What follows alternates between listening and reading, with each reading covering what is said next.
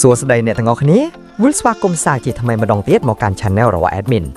ហើយថ្ងៃនេះផងដែរសូមមកតាមដានទស្សនានៅព័ត៌មានជាបន្តទៀតដូចតទៅ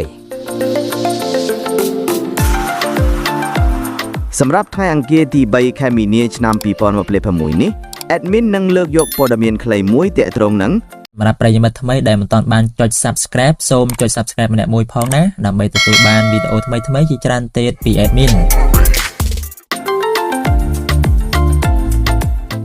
ឥឡូវនេះ Alvaro Arbeloa បានបរាជ័យ4ដងរួចទៅហើយក្នុងចំណោមការប្រកួតផ្លូវការចំនួន12លើកក្នុងនាមជាគ្រូបង្វឹកក្រុង Real Madrid ក្រោយចាញ់ក្លឹប Cafe កាលពីយប់មិញ1-0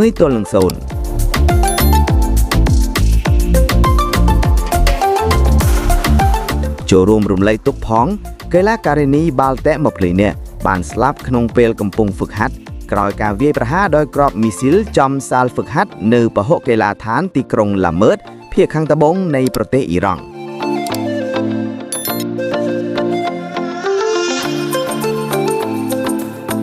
Arbeloa La Liga ចប់ហើយមែនទេ No